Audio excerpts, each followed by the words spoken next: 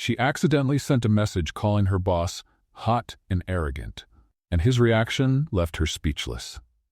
Before we begin the story, leave a comment telling us what city you're watching from. And at the end, don't forget to rate this story from 0 to 10. Enjoy the story. Natalie Ross was known for talking too much. She was authentic, witty, and had a sense of humor that always made people laugh. But she also had a talent for getting herself into trouble with her own words. And that morning, her big mouth almost ended her career. Balancing a cup of coffee, some reports, and her phone between her shoulder and cheek, she vented to her best friend in the group chat. Or at least she thought it was the right group. Seriously, I can't take Owen anymore. That man is like a Greek god in a suit, way too handsome, but also the most arrogant and unbearable person on the planet. He's like a hot corporate dictator. She laughed to herself and hit send. A second later, the silence in the marketing room seemed to mock her. Every eye was on Natalie. A coworker nearly choked on his coffee before whispering, "You sent that to the company group." Her blood ran cold. The screen glowed in her hand. Message sent to Global Team Group. Hundreds of eyes, including Owen Carter's, the CEO. Notifications started pouring in, laughing emojis, shocked reactions, "Oh wow." And then, like something out of a horror movie, one final alert. "Owen Carter listened to your voice message." Natalie's heart started racing. No. This can't be happening," she whispered to herself, panicking. Before she could come up with a way out, firm footsteps echoed down the hall. The sound of polished shoes made the whole room fall silent. And there he was. Tall, flawless, with a cold stare that could see through someone's soul. "Miss Ross," he said in a deep, firm voice, not raising his tone. "We need to talk, now." Crossing that hallway felt like walking to the gallows. Inside his office, with a stunning view of Manhattan behind him, the silence felt heavier than any lecture. Natalie tried to speak. "Mr. Carter, that was a misunderstanding." He raised an eyebrow, almost amused. "Hot corporate dictator? Is that how you see me?" Natalie swallowed hard, wishing she could disappear. But instead of getting angry, Owen stepped closer, a small smile forming at the corner of his lips. "There are many ways I could handle this situation. I could fire you today." He paused, letting the weight of his words sink in. "But I prefer another solution." Her eyes widened. "From now on, you'll be working directly with me. Every report, presentation, and meeting, we'll do it together. Every day." Natalie blinked, stunned. "Is this punishment?" "Let's just say, it's a re-education. This should be interesting." His smile grew, as if he had a plan in mind. She walked out of the office in disbelief. She hadn't been fired, but maybe this was worse. And as she walked back under the curious stares and whispers, one thought kept spinning in her head. Owen Carter wasn't mad. No, he was enjoying this. And Natalie knew that smile of his was only the beginning of a game that could turn her whole life upside down. The next morning, Natalie tried to pretend everything was normal. She arrived on time, greeted her coworkers with her usual smile, and sat at her desk as if nothing had happened. But how do you act normal when the CEO of the company just made your life his personal reality show? It didn't even take 15 minutes for Owen to appear. "Good morning, Natalie. I see you're right on time," he said, appearing behind her like a silent, elegant ghost in a suit. She nearly spilled her coffee. "Mr. Carter, you're very quiet these days. It's one of my many talents," he replied with that dry tone she was already starting to resent. "I need to review the sales report you prepared yesterday." Natalie frowned. "But that report isn't even from my department." "It is now. Remember our conversation yesterday?" As if she could forget. Owen pulled a chair and sat next to her, so close she could smell his cologne. A very expensive one, of course. "May I ask why you're here?" "Direct supervision, remember?" He pointed at her computer screen. "And by the way, that staple is crooked." Natalie looked at the staple holding a few papers together. "Seriously? You're checking my staples now?" "Details matter, Natalie. Just like your posture. Your back is slouched." She straightened up automatically, then realized what she had done and sighed. "Don't you have anything else to do? Like, run a company?" Owen smiled slightly. "Running a company includes making sure all employees are aligned." "Speaking of alignment, how about we schedule a meeting for 3 o'clock? "To discuss what?" "Operational efficiency." Natalie blinked. "That doesn't even make sense. I work in marketing. You work wherever I say now, he replied, standing up. Oh, and Natalie? Yes, congratulations on your vocal boldness yesterday. It was very enlightening. He walked away, leaving Natalie with the urge to throw the bent paperclip at his head. At 3 o'clock, she was in the meeting room, alone, waiting. Owen came in 5 minutes later, carrying a folder and looking supremely bored. So, he said, sitting across the table, how are you adjusting to the new arrangement? Wonderfully. I love being micromanaged by someone who shows up out of nowhere to criticize paperclips. I see your usual good humor is still intact. It's a natural gift. Owen flipped through a few papers in the folder, clearly pretending to be busy. Tell me, Natalie, do you still think I'm arrogant, or have I evolved into charmingly unbearable? The question caught her off guard. Was he really quoting her audio? Well, she tilted her head, pretending to think seriously. I think you've reached a whole new level. Arrogant, unbearable, charming, and intrusive. It's practically a talent. Intrusive? You literally appear behind me without warning. It's like having a very well-dressed ghost supervisor. To her surprise, Owen almost smiled. Almost. And what do you suggest I do? Wear a bell? Or maybe announce your arrival like medieval heralds. Hear ye, the CEO is coming. This time he couldn't hide it. The corner of his mouth curved slightly. You have quite the imagination. Thank you. I have other qualities too, in case you're interested in discovering them. Owen looked at her for a moment, and Natalie felt something strange in the air, like they were playing a game neither of them really knew the rules to. How about a coffee? He asked suddenly. Now? They went to the break room, where Natalie made 2 cups of coffee while Owen watched her every move. Don't you have anything better to do? She asked, stirring the sugar. I'm doing exactly what I want to do, which is getting to know you better. The spoon stopped mid-stir. Natalie looked at him. Get to know me better? You said some very interesting things in that audio. I want to know if there's more where that came from. You want me to keep bad-mouthing you? I want you to be honest. Like you were yesterday. Natalie laughed, a genuine, amused sound. Careful what you wish for, Mr. Carter. My honesty can be dangerous. I'm willing to take that risk. She handed him the cup, and when their fingers briefly touched, she felt a strange spark. She said, trying to sound casual, what's the plan? Follow me around until I make another epic mistake? Maybe. Or maybe I just want to see what other talents you're hiding besides vocal boldness. Oh, I have plenty of talents. I can spill coffee on important people, trip over imaginary rugs, and create awkward situations out of thin air. Impressive resume. I work hard at it. They returned to the room and Owen seemed more relaxed. Natalie noticed that when he wasn't being the intimidating CEO, he was almost normal. Almost. You know, she said, sitting back down, you smile more than I expected. I do? A little. In the corner of your mouth, like you're hiding fun secrets. Owen studied her carefully. And you observe more than you should.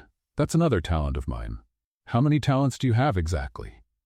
Still figuring that out, but I can guarantee they'll all give you a hard time. This time, Owen laughed for real.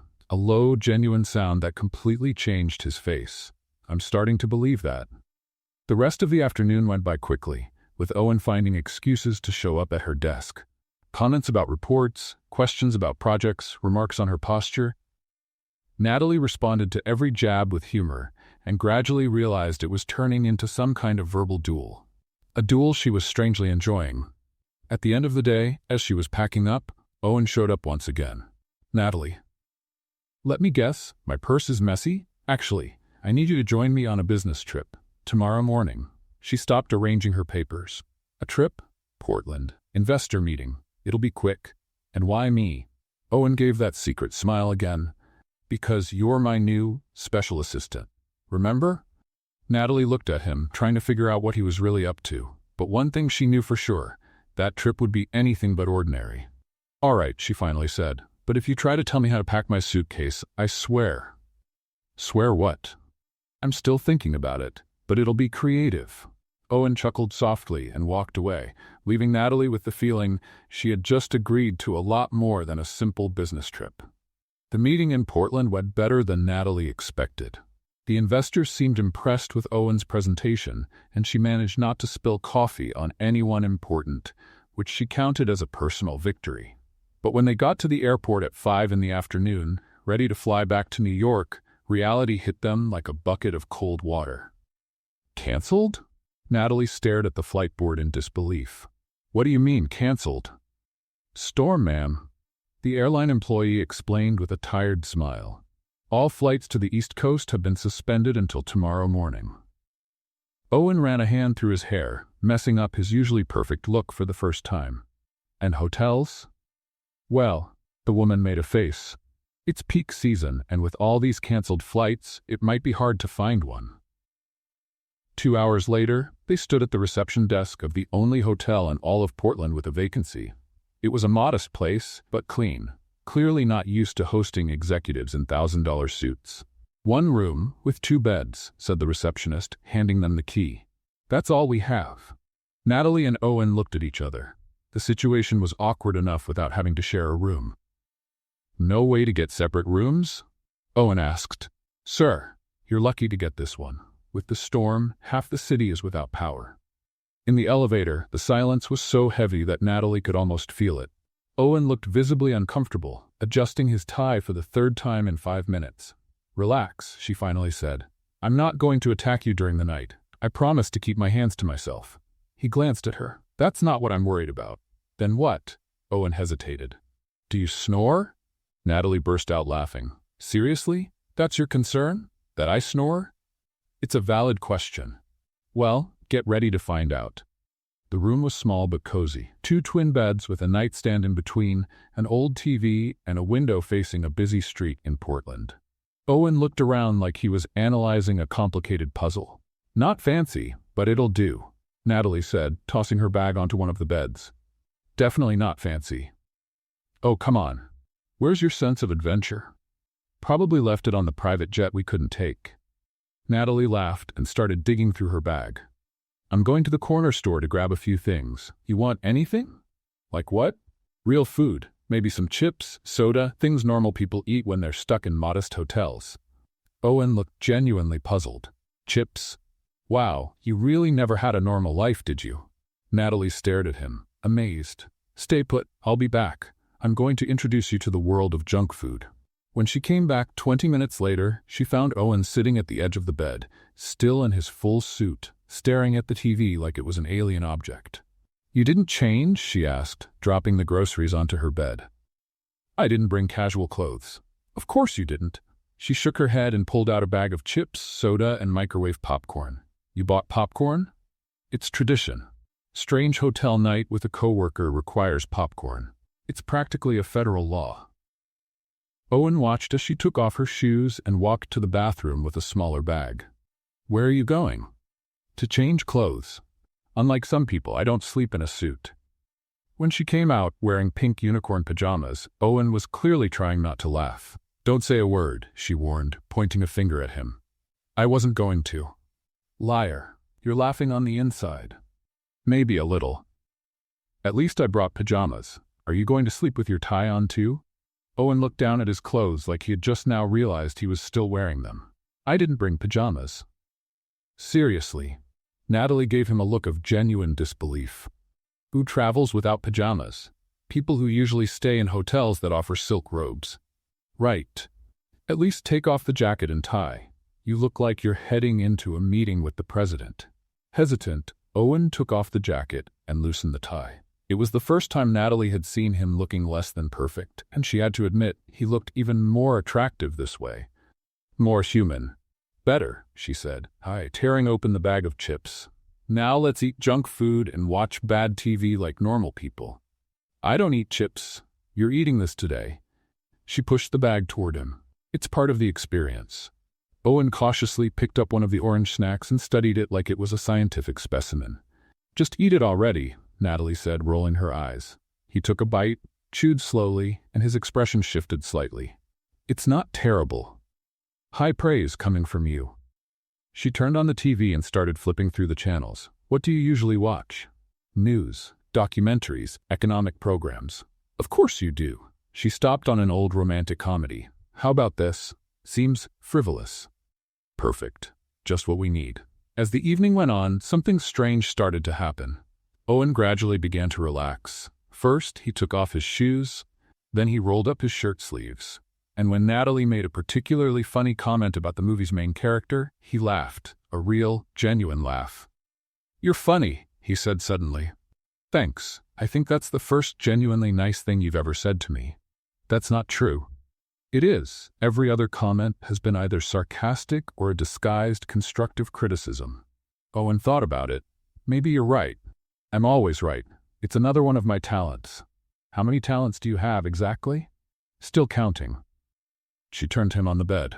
"And you? Do you have any talents besides intimidating employees and wearing expensive suits?" "Is intimidating employees a talent?" "Definitely. You're really good at it." Owen smiled. A real one this time, not his usual secret smirk. "What else do you want to know?" "Everything. What were you like as a kid? Were you always this serious?" "No." He hesitated, then continued. "Actually, I was pretty wild. My mom used to say I was a hurricane on legs." "No way? You?" "I swear. I once broke the living room window trying to play soccer inside the house." "What happened?" "My mom made me pay for the repairs with my allowance. It took 6 months." Natalie laughed, picturing a young and mischievous Owen. "And when did you become this serious, intimidating man?" His expression changed slightly. "When my father died, I was 16, and suddenly I had to grow up really fast." The tone of the conversation shifted, became more intimate. Natalie felt something stir in her chest, a tenderness she hadn't expected.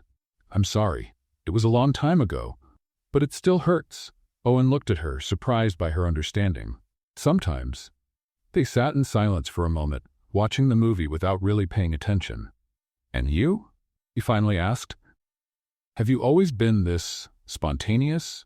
"My mom says I was born talking and never stopped." Natalie smiled. "I was that kid who asked why about everything, drove everyone crazy. I can imagine. My parents got divorced when I was 12. I think that's when I learned to use humor as a shield." "What do you mean?" "If you make everyone laugh, they don't notice you're sad inside."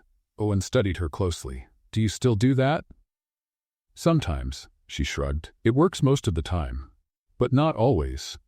"Not always." They looked at each other, and Natalie felt something shift in the air between them, as if they were truly seeing each other for the first time.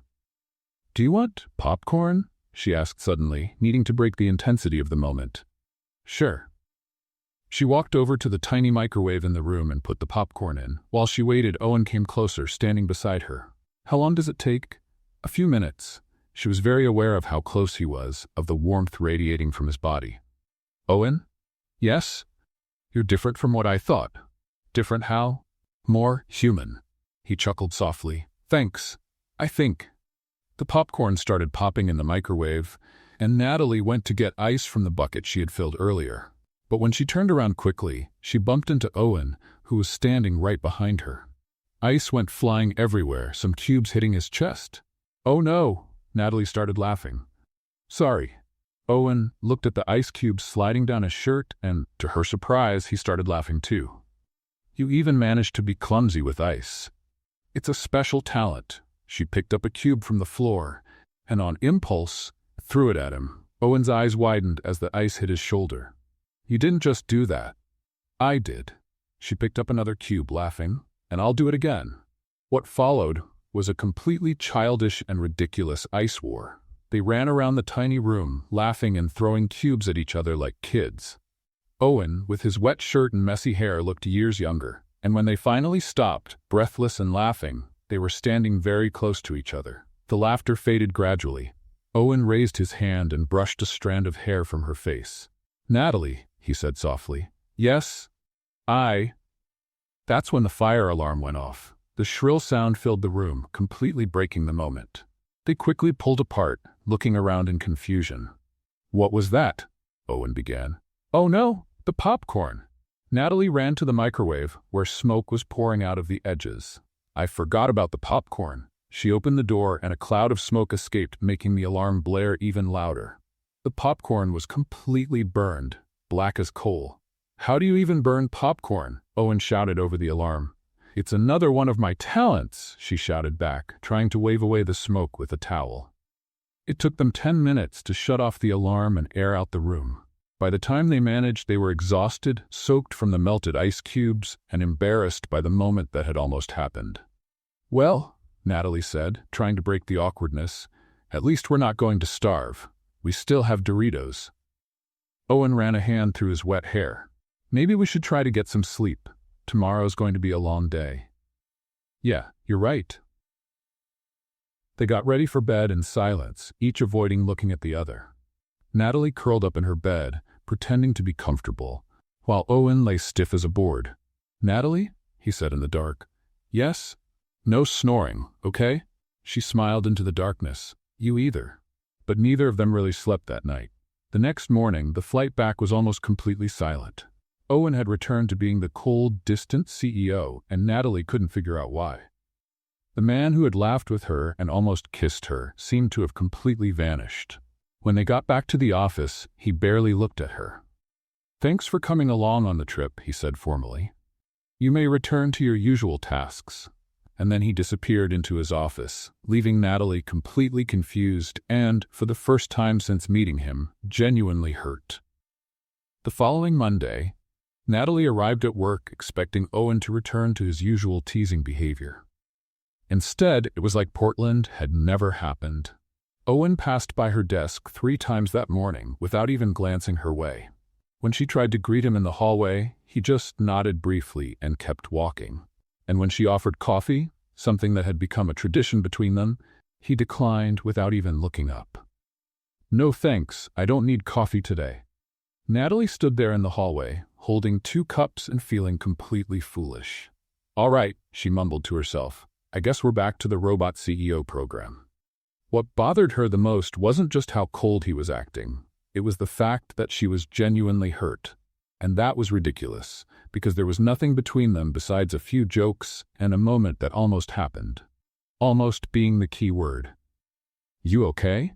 Asked Jessica, her coworker. You look like you swallowed a whole lemon. I'm fine. Why wouldn't I be? I don't know. You've got that look like you lost a bet and ended up with a bill to pay. That's such a weird comparison. It's a talent of mine. Jessica studied her. Are you sure you're okay? You and the boss seem to be getting along better lately. Natalie nearly choked. Me and Owen? Getting along? Where did you get that idea? Oh, please. Everyone in the office noticed. The teasing, the little smiles, that trip to Portland. It was work. Sure it was. And I'm the first lady. Natalie decided to change the subject before Jessica asked more uncomfortable questions. Do you know if he's all right? Owen, he seems grumpier than usual today. Grumpier than usual? Wow, that's nearly impossible. Jessica thought for a moment. Actually, he turned down coffee from 3 different people this morning, and you know how much he depends on caffeine. So it wasn't just her. That made Natalie feel a little better, but also more worried. The rest of the morning dragged on like a snail climbing a wall. Natalie tried to focus on her work, but her mind kept going back to Portland. The moment they almost kissed, the way he looked at her, his laugh during the ice war. It had been real. The connection between them had been real. So why was he acting like she had turned into furniture? By lunchtime, she couldn't take it anymore. She knocked on his office door. Come in, said the familiar voice, cold as refrigerator ice. Owen was behind his desk, typing. He didn't even look up when she entered. Do you need something, Miss Ross? Miss Ross. They were back to formal mode. Actually, yes. I need to understand what's going on. Now he looked up, his expression perfectly neutral. I'm not sure I understand. You've been acting like I have some kind of contagious disease since we got back from Portland. I'm not treating anyone differently. I've simply returned to appropriate professional behavior. Natalie felt a wave of heat rise in her chest. Appropriate professional behavior? Exactly. Owen turned his attention back to the screen. That trip gave us a clear perspective on proper boundaries between employees. Proper boundaries. Yes. Natalie stayed quiet, trying to process what she was hearing. So everything that happened in Portland was a mistake? The conversation, the laughter, the moment we almost... Nothing happened in Portland. He cut her off, still not looking at her. It was just an inconvenient evening caused by bad weather. The coldness in his voice hit her like a bucket of ice water. Natalie's cheeks burned. I see, she said, trying to keep her voice steady. Well, I'm glad we cleared that up. We certainly wouldn't want any more inconveniences. Owen looked up, and for a split second she thought she saw something flicker across his face. But it was so quick she might have imagined it. Exactly. Great. Natalie turned to leave, then stopped. Oh, and Owen? Of course, Mr. Carter. She looked him in the eye. Just so you know, you can pretend nothing happened. But I know you were enjoying it just as much as I was. And the fact that you're running from it only proves you're exactly what I said in that voice message. A stuck-up coward in an expensive suit. And she walked out before he could say anything. The rest of the week was a frozen hell. Owen kept acting like she was invisible, and Natalie decided two could play that game. It was on Friday that Chase Williams showed up. Chase was the new marketing intern. 25 years old, sun-bleached blonde hair, an easy smile, and a cheerful attitude that clashed completely with the icy atmosphere of the office. "You must be Natalie," he said, showing up at her desk with a bright smile. "I've heard a lot about you. I hope it was all good. Only the best." Chase leaned casually on her desk. "They say you're the funniest person in the office. Well, I do try.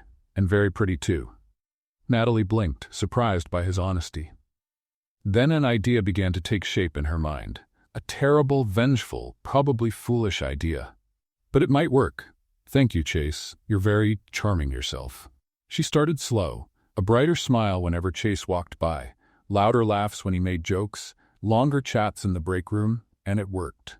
The next Monday, when Chase brought her coffee, Natalie noticed Owen standing in the hallway, watching. His jaw was tight. "That's so sweet of you," she said loud enough for Owen to hear, touching Chase's arm. "You're a sweetheart." Chase smiled, clearly pleased.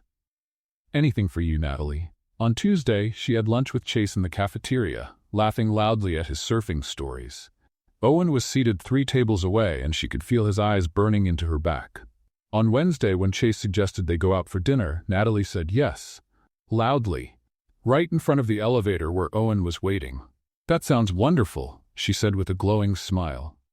"I love men who know how to have fun." Owen stepped into the elevator with a look that could cut glass.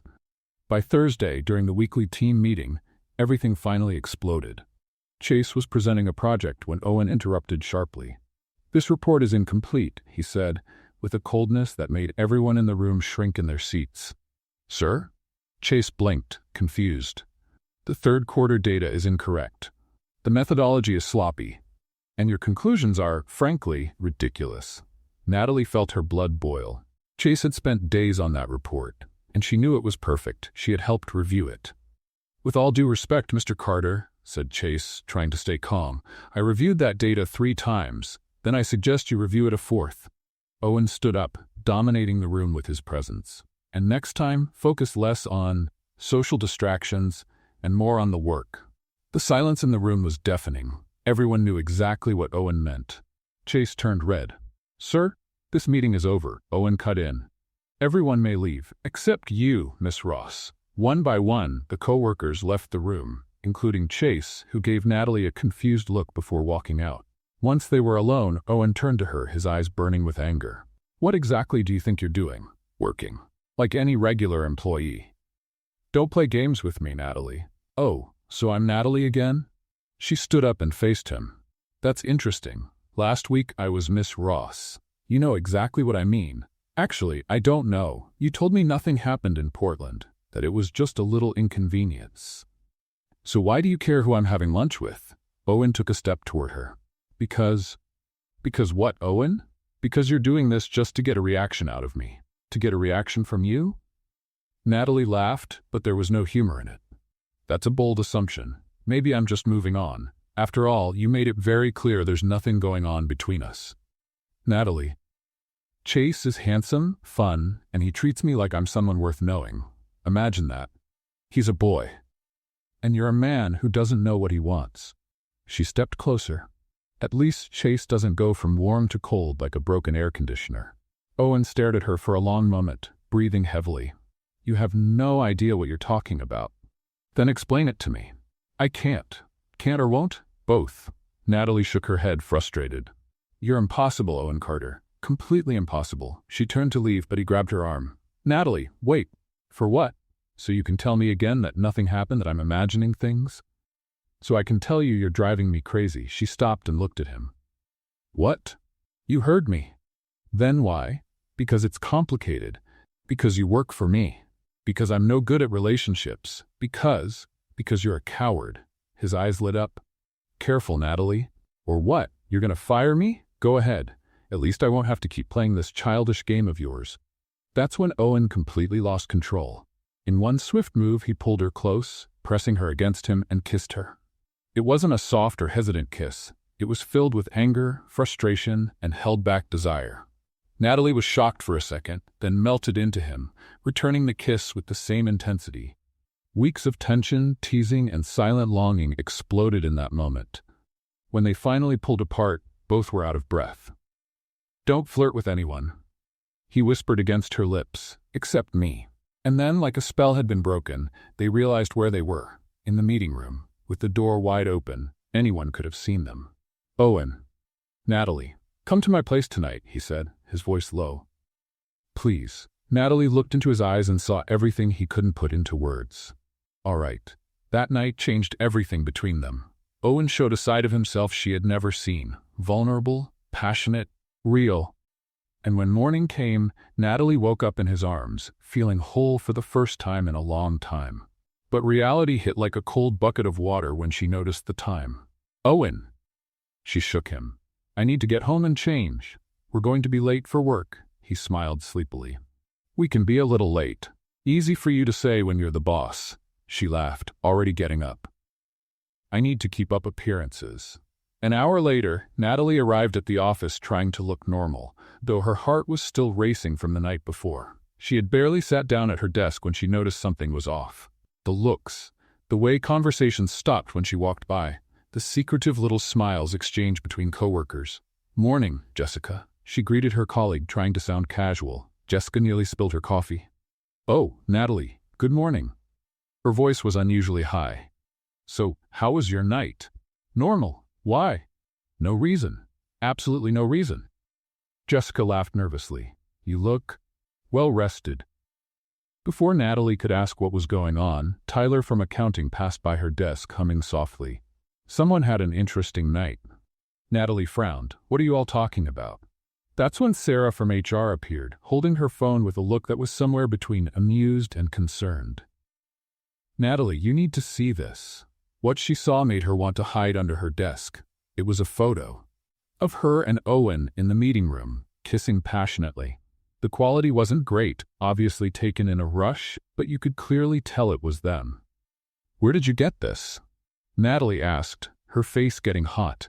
"Someone posted it in the office WhatsApp group," Sarah explained. "It's already made the rounds." "Made the rounds?"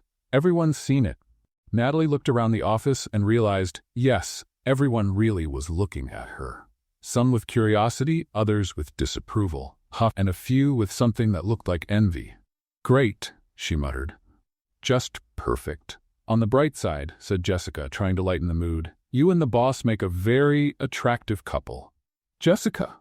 "What? It's true. You've got that opposites attract thing going on. You're all spontaneous and he's all methodical." "Controlling might be a better word," Natalie muttered. "That too." The rest of the morning was an emotional roller coaster. Some coworkers came to say hello, others made sarcastic remarks about unconventional promotion methods, and some simply ignored her. The worst part was when she walked past Amanda's desk from administration and clearly heard, "I always knew she was up to something. No one's that funny without an agenda." Natalie stopped and turned around. "Sorry, Amanda, did you say something?" Amanda turned red. No. I was just spreading gossip about my personal life. How mature of you." "Natalie, I didn't mean." "Don't worry, I understand perfectly." Natalie smiled, but there was no warmth in it. "Just one question. Are you upset because I'm dating Owen or because he never looked at you twice?" Amanda turned even redder and quickly went back to her work. "Wow," Jessica murmured, having seen everything. "That was harsh. It was deserved." By noon, Natalie was emotionally drained. Every conversation, every glance, every whisper made her feel like she was under a microscope. That's when Owen showed up. He walked through the office with his usual confidence, greeting people, acting like nothing had changed. When he reached her desk, the entire office went silent. "Natalie," he said, reaching out his hand, "shall we have lunch?" She looked at his hand, then at all the curious faces around them. "Owen, maybe it's better." "Better what?" He raised an eyebrow. "Aren't you hungry?" I am, but then let's go. Natalie took his hand, feeling everyone's eyes on them as they walked toward the elevator. You saw the pictures, she said as soon as the doors closed. I did. And you're not worried? Owen looked at her with an amused expression. Why should I be? Because now everyone knows, and people are talking, making comments. So what? So what? Owen, this affects your professional reputation. Natalie. He stopped the elevator between 2 floors and turned to her. I don't care what people think about my personal life. But I do. They're saying I'm taking advantage of the situation, that I have ulterior motives. Do you? Do I what? Have ulterior motives? Natalie looked at him. Of course not. Then why do you care what they say? Before she could answer, Owen kissed her again, right there in the stopped elevator. Owen, she protested when they pulled apart. Someone could walk in. Let them. He restarted the elevator. There's no turning back now, Natalie. And I don't want there to be. In the cafeteria, Owen deliberately chose a table in the middle of the room. Natalie tried to sit with her back to the crowd, but he gently turned her chair. Don't hide, he said softly. You didn't do anything wrong. I feel like I did. Why? Because, she hesitated. Because now we're the office's main entertainment. And because I don't know if you're doing this because you really want to, or because you feel obligated after what happened. Owen stopped eating and looked at her seriously. You think I feel obligated? I don't know what you feel. Yesterday you ignored me, today you're making public statements. It's confusing. You're right, he sighed. I was confused, maybe scared. Scared of what? Of you, of what I feel for you, of what it means. Natalie felt her heart race. And now? Now I've decided to stop fighting it. In the following weeks, they settled into a routine. Secret meetings on the company rooftop during breaks, where they could talk without curious stares. Notes discreetly left on each other's desks. Inside jokes only they understood. Owen started leaving flowers on her desk every Friday, always with funny cards that made her laugh loud enough for everyone to hear.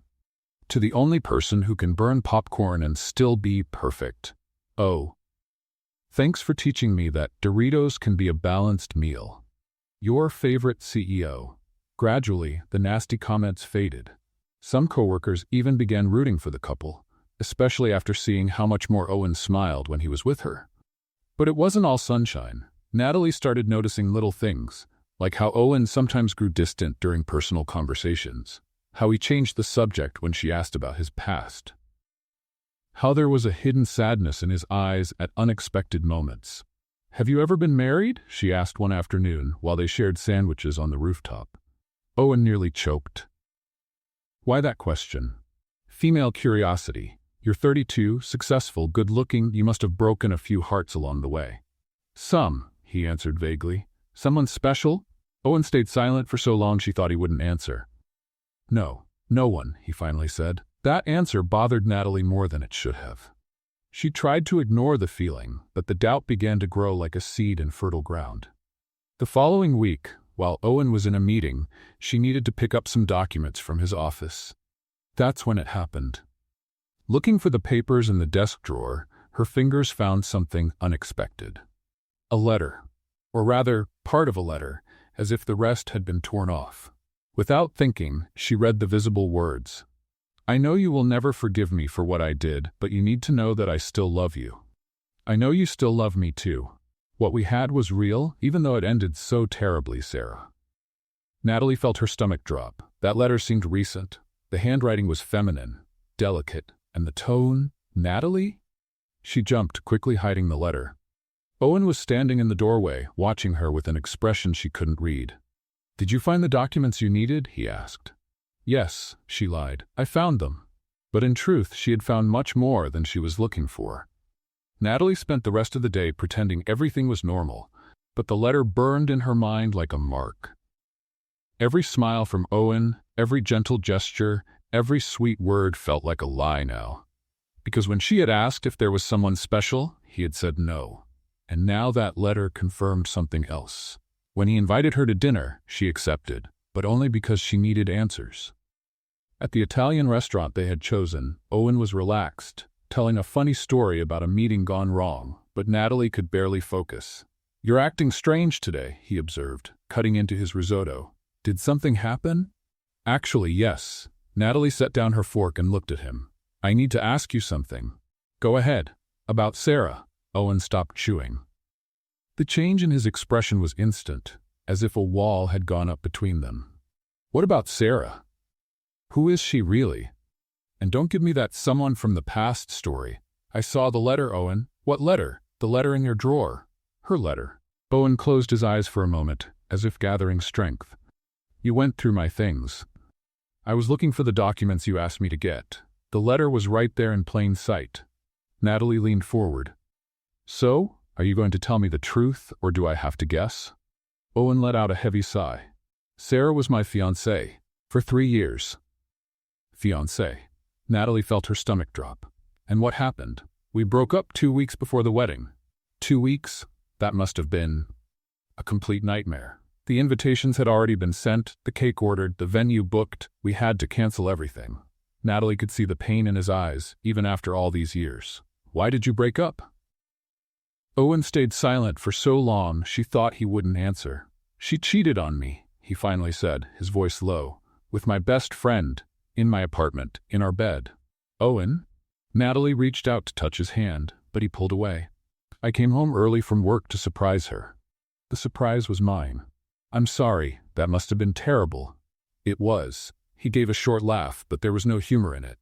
3 years of a relationship, 1 year engaged, and she threw it all away for one night with my best friend. And the letter, the one I found?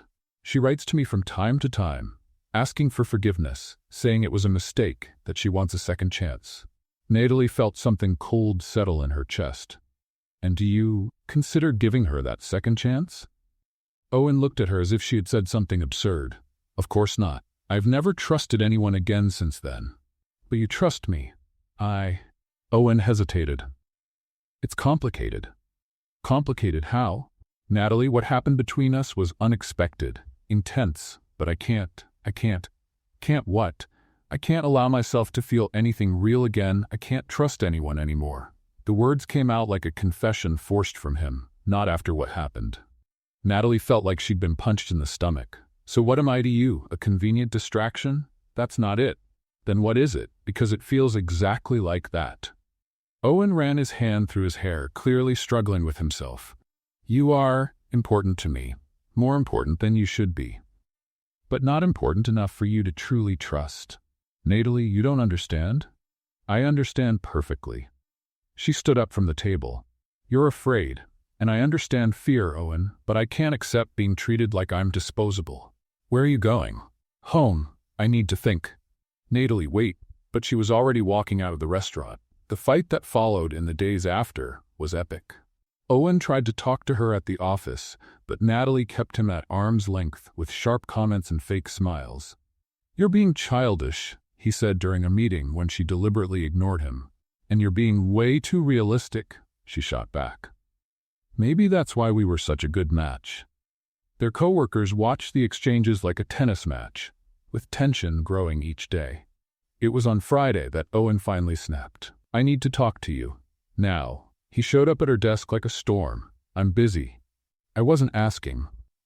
In his office with the door shut, they finally faced each other. This has to stop, Owen said. What, my work? Because I've done everything perfectly. This coldness, these sarcastic remarks. We're in the middle of a workplace, Natalie. I thought you liked professionalism. Not when it's being used as a weapon. I learned from the best. Owen stared at her for a long moment. Is this what you want? For me to say I love you? The question caught her off guard. I want you to stop acting like having feelings is some kind of terminal illness. What if it is? His voice was filled with pain. What if every time I start to feel something, I remember her in my bed with him? What if I just can't trust anyone anymore? Natalie felt her heart breaking, for him and for herself. Then you need time to work that out, and I need space to decide if I can wait for you to grow up. Natalie, 1 month, she said. Let's go 1 month without talking, without seeing each other outside of what's necessary for work. After that, either you decide you really want to try, or we end this for good. Owen was silent. 1 month, he finally agreed. The next month was one of the hardest of Natalie's life. Owen stuck to the agreement completely. He was professional at work, But there were no more notes, no more flowers, no more quiet meetings. She spent her nights watching 90s romantic comedies with her friends Kelly and Emma, drowning her feelings in pizza and ice cream. "Are you sure you're doing the right thing?" Kelly asked one night as they watched You've Got Mail for the third time. "I'm not sure about anything," Natalie admitted, "but I can't be with someone who sees me as a risk to manage." "Men are complicated," Emma sighed, "especially the ones who've been hurt before." "Everyone's been hurt in some way," Natalie said. "That's no excuse not to try again." At the office, it felt like living through a Cold War. Owen walked past her desk without looking at her. She only spoke to him about work matters, and everyone could feel the tension in the air. Sometimes she caught him looking at her with an expression she couldn't quite read. Other times, when she thought no one was watching, she'd let herself look at him and miss the man she met in Portland. But she was determined not to be the first to break. It was during the third week that she started feeling strange. First came the morning sickness, then dizziness when she stood up too fast, and constant sleepiness, even after 10 hours of rest. "Are you okay?" Jessica asked. "You look kind of pale." "Probably just stress," Natalie answered, though a terrible suspicion had begun to grow in her mind. In the fourth week, when she nearly fainted in the office bathroom, she knew she couldn't ignore the signs any longer. On the way home, she stopped by the pharmacy and bought 3 different pregnancy tests. Just to be sure. At her apartment, hands trembling, she took the first test. 2 lines. Second test. 2 lines. Third test. 2 lines. Natalie sat on the bathroom floor, staring at the 3 positive tests, and one word echoed in her mind. Pregnant. She was pregnant with Owen Carter's child. The man who was afraid of real feelings. The man who saw her as a risk. The man who had spent the last month avoiding her. And now they'd be connected forever, whether they liked it or not. Natalie spent the whole night awake, staring at the ceiling, switching between wanting to laugh and wanting to cry. Pregnant. She was pregnant with the most emotionally unavailable CEO in Manhattan. Perfect. She muttered into her pillow. Just perfect. As if my life wasn't complicated enough. She imagined the conversation. "Hi, Owen? Remember me? That employee you've been avoiding for a month? Well, I've got some interesting news." The next morning, she arrived at the office with a kind of determination she didn't know she had. She had spent hours rehearsing what she would say, but every time she saw Owen from afar, the words slipped right out of her mind. "You look like you've seen a ghost," Jessica said, and then argued with it. "Thanks for the free psychological evaluation. Always available when needed." Jessica studied her. "Seriously, what's going on? You've been acting strange for days." "I'm fine. Fine for you would mean cracking jokes about the bad coffee or making up funny nicknames for clients. You've been way too quiet." Natalie tried to smile. "Maybe I'm evolving, becoming a more thoughtful person." "Heaven forbid. You being thoughtful is a scary concept." By 5 o'clock, Natalie knew she couldn't delay it any longer. She waited until Owen left for the parking lot, took a deep breath, and followed him.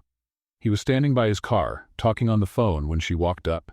As soon as he saw her, he quickly ended the call. "Natalie." His voice was cautious. "Is something wrong? You could say that, yes?" Owen looked at her closely, noticing for the first time how tired she seemed. "Are you okay? You look pregnant?" The words came out before she could stop them. The silence that followed was deafening. Owen stood so still she wondered if he had stopped breathing. "What did you say?" "You heard me just fine." Natalie crossed her arms, trying to look braver than she felt. "Congratulations, Owen. You're going to be a father." Owen didn't move, as if he were processing something in a foreign language. "Are you sure?" 3 different tests. All positive. "Unless I bought defective ones on sale, yes, I'm sure." "When did you?" "I found out last night." Natalie let out a humorless laugh. "Funny how life has its own weird sense of humor, doesn't it? We go a whole month without speaking, and now we're connected forever." Owen finally moved, stepping closer to her. "Natalie. Look, I'm not telling you this because I want anything from you. You made it clear you don't want anything serious, but I thought you had the right to know. Stop. I can handle this on my own. I have a good job, a decent apartment." "Natalie, stop talking." She closed her mouth, surprised by the firmness in his voice.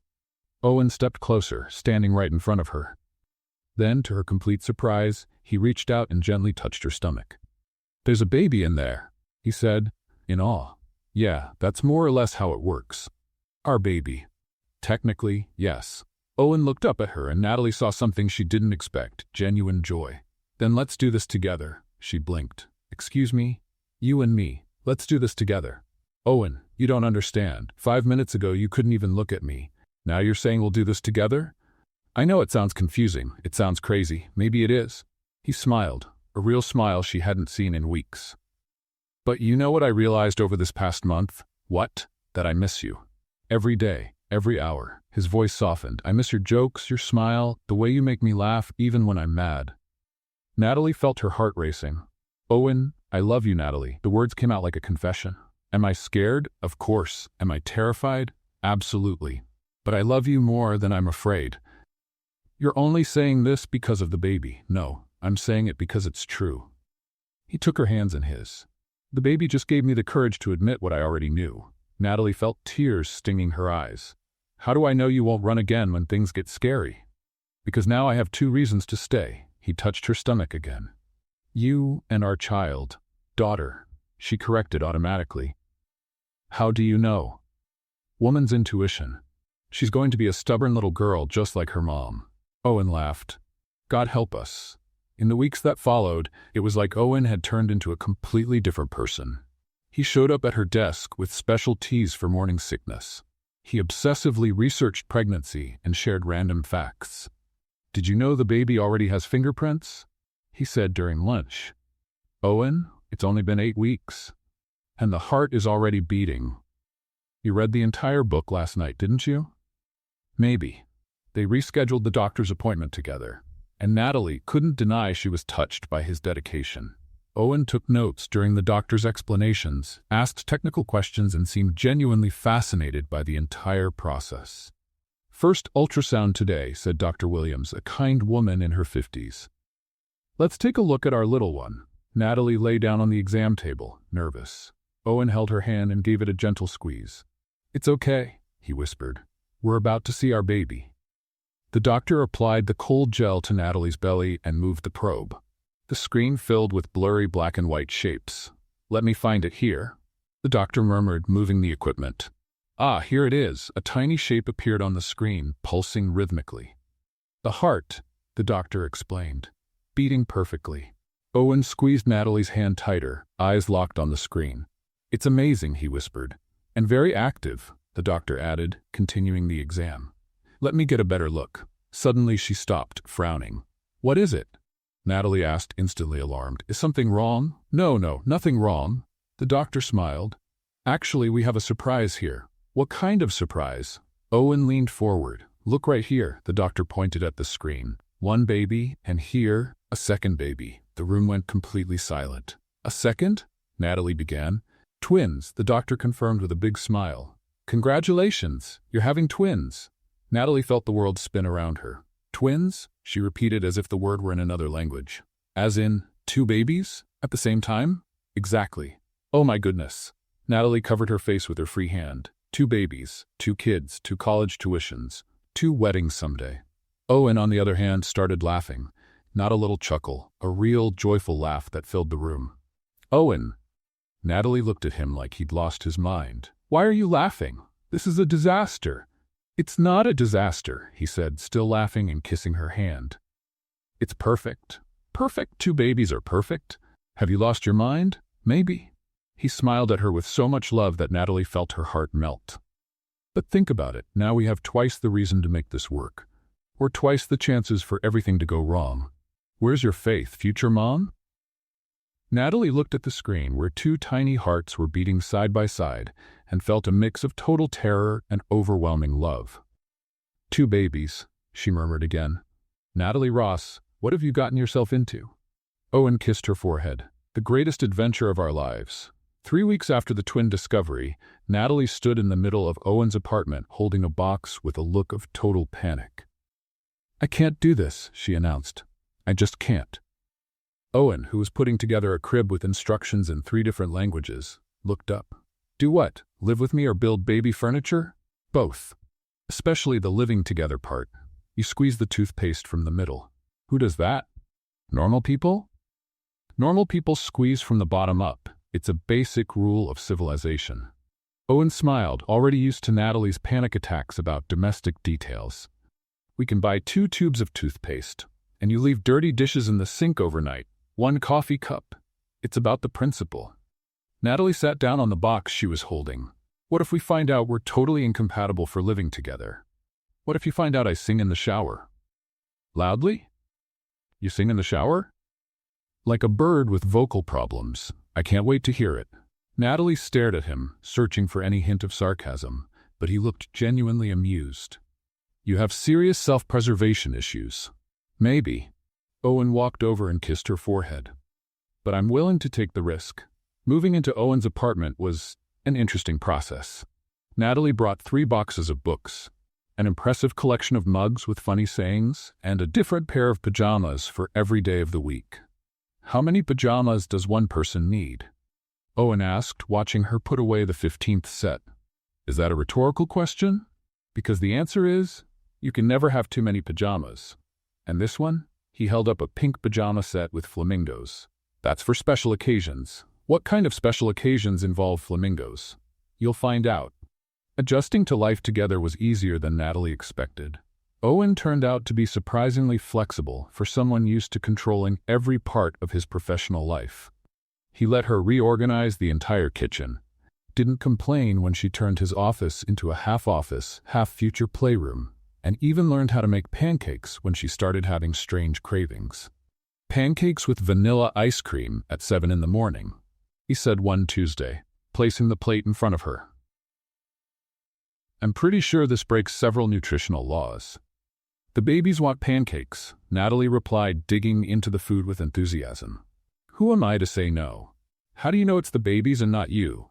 Because I usually hate pancakes in the morning. Now I love them, so it's the babies. Flawless logic. They spent weekends shopping for furniture for the baby's room, an activity that revealed some very real personality differences. We're going to need 2 of everything, Owen said, jotting down notes on his tablet. 2 cribs, 2 changing tables, 2 dressers. Or we could just improvise, see what works. Improvise with newborns? Why not? Our parents improvised with us and we survived. Our parents didn't have twins. Minor detail. But Owen was determined to have everything perfectly organized.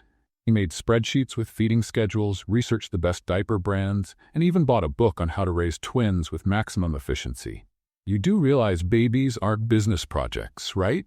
Natalie asked one evening, finding him making charts about infant sleep patterns. I'm preparing. You're going overboard. Maybe a little. It was during one of these obsessive prep sessions that Owen decided it was time for Natalie to meet his mother. My mom wants to meet you, he said casually over breakfast. Natalie nearly choked on her orange juice. Your mom, now? She's curious about the woman who made me smile again. What if she doesn't like me? Impossible. How can you be so sure? Because I love you, and my mother trusts my judgment. Your judgment in relationships isn't exactly flawless, considering their history. Owen winced. Touché. Lunch with Eleanor Carter turned out to be surprisingly pleasant. She was an elegant woman in her 60s, with Owen's same sharp eyes and a quick wit. So you're the famous Natalie, she said, studying her with interest. Owen talks so much about you, I started to wonder if you were imaginary.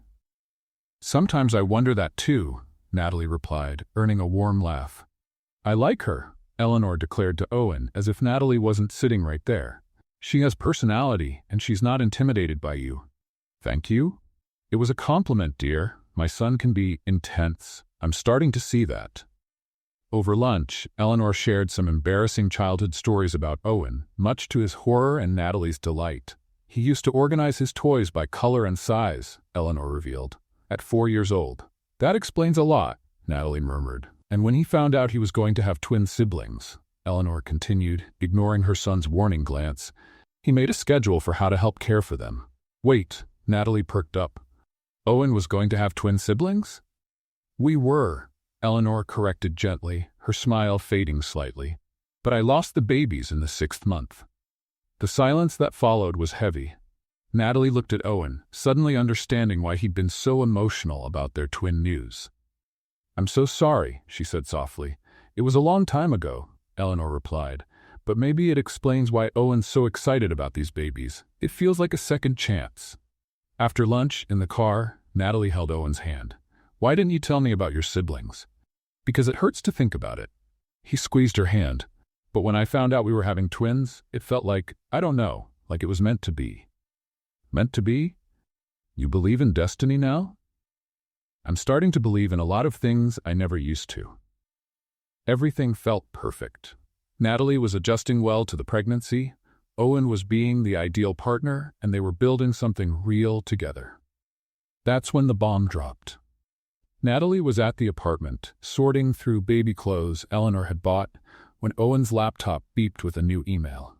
Without thinking much, she checked to see if it was something urgent. What she saw made her stop breathing. The email was from Jonathan Hayes at TechCorp Industries, and the subject line read, Final Merger Proposal, Personnel Matters. Against her better judgment, she opened it. Owen, as discussed, the merger between Apex and TechCorp is practically finalized. Only a few image issues remain. Our PR team suggests it would be wise to remove Miss Ross from the company before the official announcement. The personal relationship between you two, while understandable, may be seen as a conflict of interest by the shareholders. We've prepared a generous compensation package that would ensure a discreet and amicable departure. Awaiting your response. Jonathan. Natalie read the email 3 times, feeling her world fall apart. Owen knew. He knew they wanted her out of the company, and he hadn't said a word. When Owen came home that evening, he found Natalie sitting in the living room, the laptop open on the table in front of her. Natalie? He could tell right away something was wrong. What happened?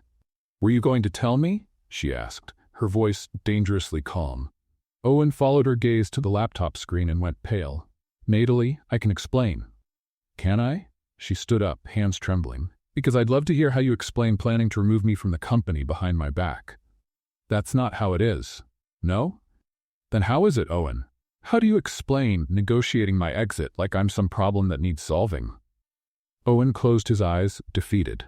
It's complicated. No, Owen. Natalie shook her head, eyes burning with tears. What's complicated is finding out the man you love is willing to sacrifice you for a business deal. Natalie, let me explain, Owen began, but she was already walking toward the bedroom. Explain what, exactly? Natalie started throwing her clothes into a suitcase with sharp, angry movements. How you decided I was disposable, or how you planned to tell me I was being let go? That's not what's happening. No? She turned to face him, holding a pair of socks like they were weapons. Then please, explain it to me. Because from what I read, you're negotiating a quiet and friendly departure for me. Owen ran a hand through his hair, clearly struggling to find the right words. The merger is important for the company, for all the employees. Oh, I see. So you're sacrificing me for the greater good. It's not a sacrifice, it's complicated. Stop using that word. Natalie snapped the suitcase shut. Everything is complicated with you, Owen. Relationships are complicated. Feelings are complicated. Now work is complicated. You know what's not complicated? Honesty. I was trying to protect you. Natalie laughed, but there was no humor in it. Protect me? From what? From having choices? From knowing the truth about my own life? From stress. You're pregnant with twins, Natalie. You shouldn't have to worry about company politics. Oh, so now I'm too fragile to handle reality? She grabbed the suitcase and walked to the door. Perfect. Just perfect. Where are you going? To my apartment. Remember that place? That little one I lived in before I made the mistake of trusting you? Natalie, don't be dramatic. She stopped at the door and slowly turned around. Dramatic? You just called me dramatic? Owen instantly realized he'd said the wrong thing. I didn't mean. No. You said exactly what you meant. Natalie shook her head. You know, Owen, I thought you'd changed, that you'd learned to trust, to open up. But you're still the same man I met on that first day. Controlling, condescending, and emotionally unavailable. That's not true. Isn't it? Then why am I finding out about my own future through an email that wasn't even meant for me? Owen stayed silent, and Natalie nodded as if he had confirmed her worst fears. That's what I thought. Back in her small apartment, Natalie sat on the living room floor and finally allowed the tears to come. Not just from anger, but from deep disappointment. She had believed Owen had changed, that they were building something real together. But some people never really change. Her phone rang over and over. Owen calling. She ignored it. It rang again. She ignored it again. On the 10th call, she simply turned the phone off. "It's okay," she said to her belly, where the twins were growing quietly. "We'll do this on our own. It's not the first time a single mom raised kids without help." But even as she said it, her heart felt like it was breaking. In the days that followed, Natalie made a decision. If Owen wanted her out of the company, fine, she'd leave, but on her own terms. She reactivated her old humor blog, Confessions of an Almost Adult, which she had abandoned years ago. She started writing about pregnancy, relationships, and life in general, using the self-deprecating humor that had always been her trademark. "I just found out I'm expecting twins. My first thought was, great, now I have to buy 2 of everything, including 2 college funds. My second thought was realizing I'll never go to the bathroom alone again for the next 18 years. To her surprise, the blog took off. In 1 week, it had 1,000 followers. In 2 weeks, 5,000. People connected with her honest humor about the struggles of adult life. Today, I found out that the father of my babies thinks I need to be protected from making decisions about my own career. Apparently, being pregnant has turned me into a delicate flower that might wilt at the first sign of stress. Someone forgot to tell me that along with hormones, I also gained emotional fragility and an inability to make rational choices. How convenient." The comments were supportive and funny, and for the first time in weeks, Natalie finally felt like herself again. Meanwhile, at the office, Owen was sinking in regret. He tried to focus on work, but his thoughts kept drifting back to Natalie, to the look of disappointment in her eyes, to the way she had packed her life into a suitcase and walked out of his house and out of his life. "You look terrible," Jessica said, walking into his office uninvited. "Thanks for the constructive feedback. You're welcome." She sat down in the chair across from his desk. "Where's Natalie?" "At home." "At her apartment or yours?" Owen shot her an annoyed look. "Her apartment." "Oh, so you two had a fight. It's none of your business." "Of course it is. Natalie's my friend, and you're an idiot if you let her go." "Jessica." "No, listen to me." She leaned forward. "I've worked here for 5 years. I've never seen you truly smile until you met Natalie, and now you're back to your usual grumpy, unbearable self." "My usual self?" "Exactly. And frankly, I prefer the happy version of you, so whatever you did, undo it." Owen sighed. "It's not that simple." "Why do men always think things are more complicated than they really are?" Jessica stood up. "Do you love her?" "Yes." "Does she love you?" I think she does." "Then stop being proud and go after her." After Jessica left, Owen was alone with his thoughts, and for the first time, he admitted the truth to himself. He had chosen business over Natalie. Again. Just like he'd always done since Sarah. Always choosing the safe, controllable option instead of taking a real risk. But Natalie wasn't Sarah. And now he was losing not only the love of his life, but also the best version of himself. That's when he knew what he had to do. The next morning, Natalie was at home, working on a new blog post, when someone knocked on the door. She opened it to find a delivery person holding a huge bouquet of sunflowers, her favorite flowers. Tucked inside the bouquet was an envelope. With trembling hands, she opened it and read, "Natalie, I know I don't deserve it, but I need to see you. One last conversation. If after that you want me out of your life, except for the babies, I'll understand. Meet me today at 6 o'clock in Central Park, near the lake. By the bench where we sat on our second, almost first date. I have something important to tell you, and a question to ask. Owen." "A question?" Natalie looked at the flowers, then at the note, then at her belly where the babies were growing. Part of her wanted to throw the flowers away and ignore the invitation. But another part, the part that still loved him despite everything, was curious. What kind of question could Owen Carter possibly have that was so important? At 5:45, she found herself walking toward Central Park, wearing a simple light green dress and comfortable sneakers, wondering if she was making the biggest mistake of her life, or maybe, just maybe, giving them one last chance. Natalie arrived at Central Park 5 minutes late, mostly because she had to stop 3 times to tie her shoes. Being pregnant with twins was making simple tasks surprisingly complicated.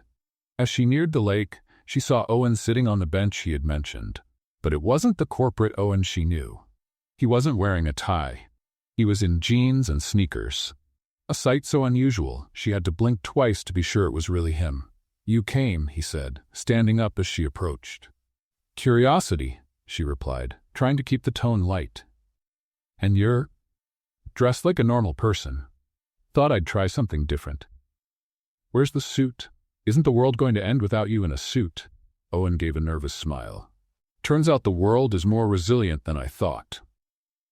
Natalie sat on the bench, leaving a cautious space between them. "So, what's this question that couldn't be asked over the phone?" Owen sat beside her, but not too close. His hands were slightly shaking, and she realized he was more nervous than she'd ever seen him. "First, I need to say a few things." "I'm listening." Owen took a deep breath, like he was preparing for a speech he had practiced 1,000 times. "You were right about everything. About me being controlling, condescending, and emotionally unavailable. About me choosing work over you. About not trusting you enough to make your own decisions." Natalie blinked, surprised by the raw honesty. "Okay, I didn't expect you to admit that so easily." "I've been doing a lot of thinking, and I realized I was doing with you the same thing I've done in every relationship in my life. Keeping distance, managing variables, protecting myself from getting hurt again. And I realized I was losing the best thing that ever happened to me because of fear." Tears started to form in his eyes, and Natalie felt her heart beat faster. "Owen, please let me finish." He turned to face her fully. "Before you, I was just existing. I went to work, came home, slept, repeated. There was no joy, no laughter, no surprise, no real life. And now? Now I want it all. I want to wake up every day curious about what funny thing you're going to say. I want to see you burn popcorn and make a mess in the kitchen. I want to argue over toothpaste and hear you sing in the shower like a bird with vocal problems." Despite herself, Natalie smiled. "Go on. I want to be there when our children are born. I want to see their first steps, hear their first words, and watch them probably inherit your gift for creating impossible situations." "They're going to be perfectly normal," Natalie objected. "With you as their mother? Impossible." Owen smiled, tears in his eyes now. "And I can't wait to see what kind of chaos they'll bring to our lives." "Owen, why are you telling me all this?" "Because you taught me how to live, Natalie. Truly live. And now I want to live everything with you." That's when he slipped off the bench and knelt down on the grass. "Oh my God," Natalie whispered. "What are you doing?" "Something I should have done a long time ago." Owen pulled a small blue velvet box from his pocket and opened it. Inside were 3 rings, 2 tiny ones, clearly made for babies, and a larger one with a simple but elegant diamond. "Natalie Ross," he said, voice thick with emotion, "will you marry me? And will you let me be the fully dedicated, probably overprotective father of our children?" Natalie looked at the rings, then at Owen on one knee in the grass, then at a few people who had stopped to watch. "You brought rings for the babies?" she asked, laughing and crying at the same time. "I thought they should be part of the proposal too." "They're tiny. They're symbolic. We'll save them until they grow. This is the most ridiculous and sweetest thing anyone has ever done for me." "So is that a yes?" Natalie looked at him, this impossible, frustrating, wonderful man, and felt her heart overflow. "Yes," she said, laughing and crying all at once. "Yes, it's a yes." Owen slipped the ring onto her finger with trembling hands, then stood up and kissed her as people around them clapped. "Are we really doing this?" she asked when they pulled apart. "Apparently." Owen smiled, wiping tears from her cheeks. "Any regrets? Ask me in 50 years. I'll ask every year, just to be sure." "Good. That way I can change my mind if you go back to wearing a tie every day." "Never again. Liar. Maybe just on Mondays." The next few months passed like a joyful whirlwind. They planned a simple wedding in Eleanor's backyard with just family and close friends. Owen insisted on hiring a wedding planner, but Natalie was determined to keep it personal and relaxed. "No ice swans or chocolate fountains," she said firmly during a meeting with the planner. "But that would be so elegant," the woman protested. "Elegant isn't our style. Our style is chaotic, but full of love." Owen laughed. "She's right. We want something that feels like us." "And what are you two?" "Two people who fell in love because one of them burned popcorn and the other found it charming." A week before the wedding, 7 months pregnant, Natalie was at the bakery doing the final cake tasting. Owen was beside her, taking notes on flavors like it was a crucial business decision. "The chocolate and strawberry one is perfect," Natalie said, attacking the third sample. "You said that about the vanilla, too." "I can change my mind. Bride's prerogative. And the lemon. Too sour for ouch." "What is it?" "Nothing, just ouch." Natalie bent over, holding her belly. "Natalie?" "Owen," she said, looking at him with a mix of panic and excitement. "I think my wedding dress is going to have to be a hospital gown." "Why?" "Because our babies decided they want to meet the wedding cake in person." Owen's eyes widened. Now. And there, in the fanciest bakery in Manhattan, surrounded by cake samples and sugar flowers, Natalie went into labor a week before the wedding. "Well," she said, trying to breathe through another contraction, "at least our love story is going to have an interesting ending." Owen grabbed her hand, laughing nervously.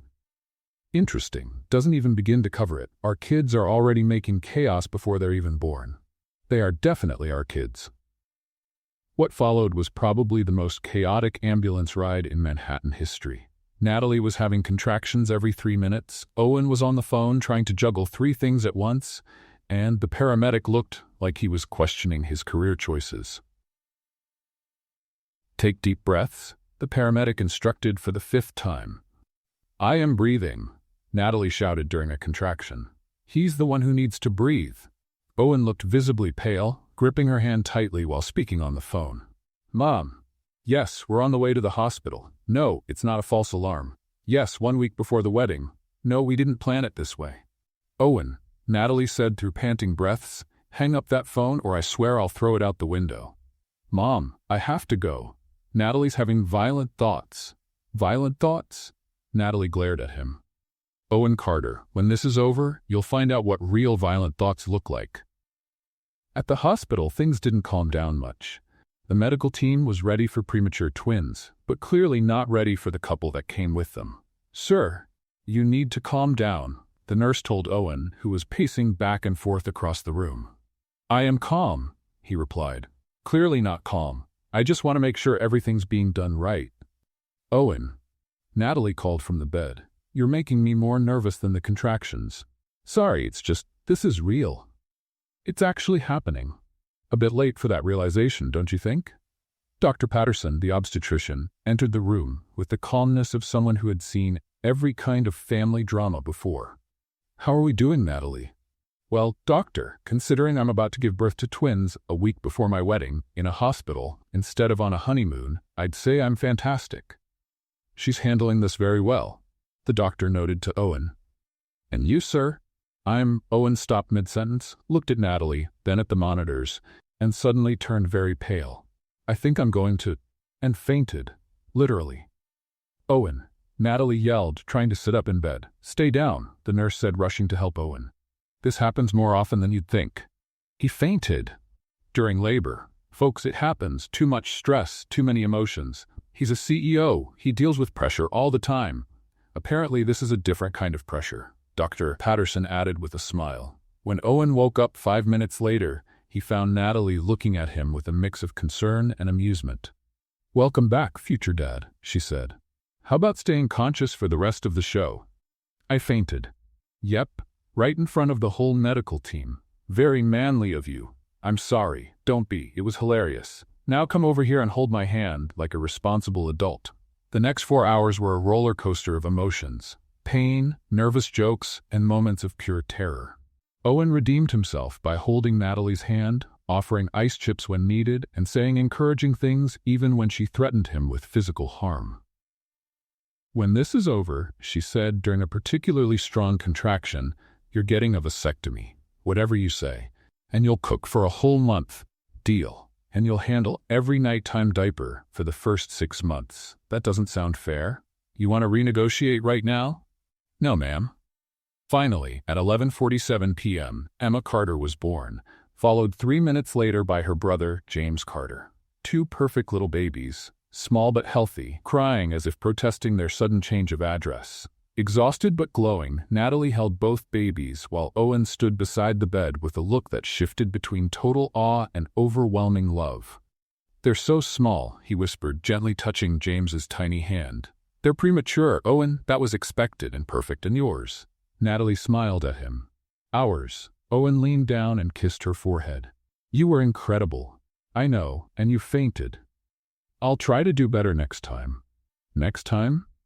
Natalie looked at him. Owen Carter, if you think there's going to be a next time. Just kidding. I'm kidding. The first few days at home were absolute, wonderful chaos. Emma had her mother's strong lungs and liked to prove it at 3 in the morning. James was quieter, but had a special talent for pooping right as his diaper was being changed. How can two such small people make so much work? Owen asked one morning, holding Emma while Natalie nursed James. It's one of nature's mysteries, like how they know exactly when we've just fallen asleep so they can start crying, and how they always manage to make sure they never sleep at the same time. It's military strategy. They're testing us. Eleanor visited every day, bringing food and offering to hold the babies while Natalie took a shower or Owen tried to answer urgent emails. They're beautiful, she said, rocking Emma. And Emma definitely has her mother's personality. How can you tell?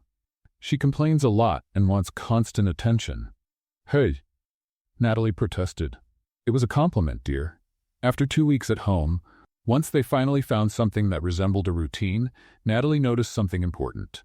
Owen, she said one night while they took turns rocking James back to sleep. We still haven't gotten married. Owen stopped rocking the baby.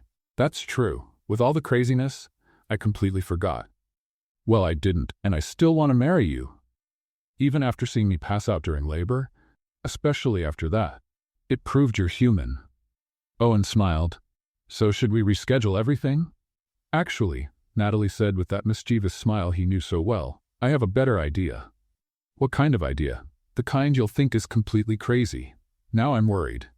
You should be. Natalie laid James in the crib and turned to Owen with a sparkle in her eyes. How about I propose to you this time? Owen's eyes widened. You want to propose to me? Why not? You had your chance. Now it's my turn to do it my way. And what's your way? Natalie smiled mysteriously. You'll find out, but I promise it's going to be unforgettable. Owen looked at her, this amazing woman who had turned his life upside down in the best possible way, and smiled. I can't wait to see what you're planning. You should be excited, because it's going to be epic. 2 weeks later, Owen was starting to suspect that Natalie was up to something. She had that secret smile that usually came before moments of creative chaos, and she was spending suspicious amounts of time on the phone with Eleanor and Jessica. What are you planning? He asked one morning while changing James's diaper. Nothing much, Natalie replied innocently, nursing Emma. Just organizing a little surprise. Your surprises make me nervous. They should, she smiled, but you're going to like this one, I think. You think? Well, you'll either love it or have a panic attack. Knowing you, probably both. The following Friday, Owen came home from work and found the house strangely quiet. Normally, he'd walk into at least one baby crying and Natalie singing a silly lullaby off-key. Natalie? He called, heading up the stairs. Up here, came her voice from the bedroom. He found the twins peacefully sleeping in their cribs and Natalie getting ready in front of the mirror, wearing a simple but elegant white dress. You look beautiful, he said, kissing her neck. Special occasion? Very special. She turned to him with a radiant smile. Put on your best outfit. We have somewhere to be. What kind of event? The kind that will change our lives forever. Again. 20 minutes later, they were in the car with the babies, driving toward the new house Owen had bought for them. A house with a spacious yard and enough rooms for a growing family. Why are we going to the new house? Owen asked, more confused by the minute. Because that's where we're having our engagement party. Our engagement party? Well, technically, it's going to be our proposal party, because I haven't officially proposed to you yet. Owen stopped the car in the driveway and looked at her. Natalie, what did you do? Something epic. Just like I promised. When they got out of the car, Owen saw that the yard had been transformed. There were small lights strung through the trees, tables decorated with simple flowers, and about 20 people, close family and friends, waiting for them. Natalie, he started, but she was already pulling Emma out of her car seat. No speeches yet, she said. First, let's greet our guests. Eleanor was the first to come over, with tears in her eyes and a huge smile. "My son," she said, hugging Owen, "get ready for something unforgettable." "Mom, you knew about this?" "Knew, sweetheart. I helped plan it. Your fiancée is a woman of initiative." Jessica showed up beside them, holding James. "Owen, you look like you've seen a ghost." "I have no idea what's going on." "What's going on is that Natalie decided you two waited long enough to get officially married, so she organized everything." "Everything what?" "You'll see," Jessica said with a mysterious smile. For the next hour, Owen greeted friends and family, everyone clearly in on some plan he knew nothing about. There were co-workers, including Chase, who apparently had forgiven Owen for the public embarrassment, Natalie's college friends, and even Dr. Rev Patterson, the obstetrician. "Doctor, why are you here?" Owen asked, confused. "Your fiancé invited me, said I was part of your story. Technically, you helped us bring our children into the world. It only seemed right to have you here when we officially get married." Owen turned to find Natalie behind him, holding a hand-painted wooden sign. "Natalie, what?" "Shh." She raised a finger to her lips. "It's my turn to talk." To his surprise, she stepped up onto a chair in the middle of the garden, holding the sign against her chest. "Everyone," she called out, "can I have your attention?" The conversation stopped, and all eyes turned to her. "Thank you. So you might be wondering why you're here on a Friday night in the backyard of our new house, watching a woman who gave birth to twins 2 weeks ago climb onto a chair." Laughter echoed through the garden. "The answer is simple. Owen proposed to me a few months ago, and I said yes. But then our babies decided to arrive during the wedding cake tasting, and we ended up postponing everything." "Why is she telling our whole life story?" Owen whispered to Eleanor. "Because that's how she does things.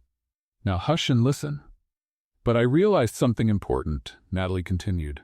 "Owen already had his chance to propose. He gave me a beautiful proposal in the park, with a ring and everything, very romantic and traditional." She turned the sign around, revealing big, colorful painted letters. "Owen Carter, will you marry me before the babies say mommy before daddy?" The garden burst into laughter and applause. Owen stood there, looking at the sign, then at Natalie, then at all the smiling faces around him.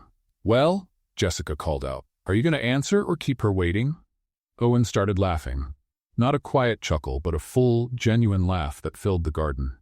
"Natalie Ross," he said loud enough for everyone to hear, "you are the craziest, most unpredictable, and most wonderful woman I've ever met." "So is that a yes or a no?" "It's an absolute yes." He climbed up on the chair next to her and kissed her as everyone clapped and cheered. "Now you're officially engaged," Jessica announced. "Again." "And to make it official," said Eleanor, appearing with Emma and James in her arms, "the ring-bearers would like to do the honors." What followed was probably the most chaotic ring exchange in history. Emma started crying just as Eleanor tried to tie the little pillow with the rings to her hand. James spit up on Owen's ring. And when they finally managed to exchange rings, both babies decided it was time for a simultaneous diaper change. "Well," said Natalie, holding Owen's hand as Eleanor took the babies inside, "at least our official ceremony will be more traditional." "Official ceremony? You think I planned all this just to swap rings?" Natalie smiled. "Owen Carter, we still have a wedding to celebrate." That's when Dr. Patterson stepped forward, pulling a wallet from his pocket. "As it happens," he said, "in addition to being a doctor, I'm also a licensed minister, and I'd be honored to officiate this wedding if you're both ready." Owen looked at Natalie, then at the friends and family around them, then at the house where their babies were being changed by their grandmother, and his heart swelled with joy. "Natalie Ross," he said, taking both her hands, "will you marry me right now, here, in this crazy garden, surrounded by people who love us, and 2 babies who will probably cry through the whole thing?" "Owen Carter," she replied, tears in her eyes, "I couldn't imagine a more perfect way." The ceremony was everything Natalie had promised, epic, unforgettable, and completely theirs. Dr. Patterson gave a heartfelt speech about love growing in chaos. Eleanor cried through the entire thing. Jessica was the impromptu maid of honor, and Chase, surprisingly, was the stand-in best man. And yes, both Emma and James cried through the vows. "For that reason," Dr. Patterson said, raising his voice over the baby's wails, "I now pronounce you husband and wife, "Owen, you may kiss your bride." The kiss was met with cheers, joyful shouts, and the unmistakable sound of twins protesting all the excitement. "Welcome to married life," Eleanor said, handing the babies back to them, with built-in soundtrack included. During the party that followed, with music, homemade food brought by the guests, and lots of laughter, Owen and Natalie managed to steal a few moments alone on the porch. "So," he said, gently rocking Emma while Natalie nursed James, "we're really married now. Officially, legally, and with witnesses. And you pulled it all off by yourself, with help from your mom and Jessica, and basically everyone you know." Owen laughed. "How did I not notice you all were planning this?" "Because you were busy being a new dad and trying not to panic every time the babies made weird noises. They make a lot of weird noises." "Owen? Yes? Do you regret any of it? The voice message I messed up? The chaos we caused at work? Me turning your life upside down?" Owen looked at her, his wife now, the mother of his children, the woman who had turned his carefully managed life into a wonderful, chaotic adventure. "You know what I've learned?" he finally said. "What? That real love doesn't come from perfection. It comes from two imperfect people who refuse to give up." Natalie smiled, that bright smile that had captured his heart from day one. "Well," she said, "then we're on the right track, because we are definitely not perfect. Perfectly imperfect. And our kids will be too. I can't wait to see what kind of chaos they bring." Natalie laughed, looking out at the yard full of people they loved, at the house that would be their home, at the babies in their arms. "Well, Mr. Carter," she said, "get ready. Because with our family, the adventure is just beginning." And there, on the porch of their new home, surrounded by the sounds of laughter, music, and crying babies, Owen Carter realized he had found exactly what he never knew he was looking for. An imperfect, messy, absolutely perfect life. All because one day, a voice message was sent to the wrong group. And sometimes, the best mistakes are the ones that change everything for the better. What did you think of Natalie and Owen's story? Let us know in the comments. Rate this story from 0 to 10. What score would you give it? Subscribe to the channel and click the bell so you won't miss any of our stories. And don't forget to check out more heartwarming tales right here on the final screen.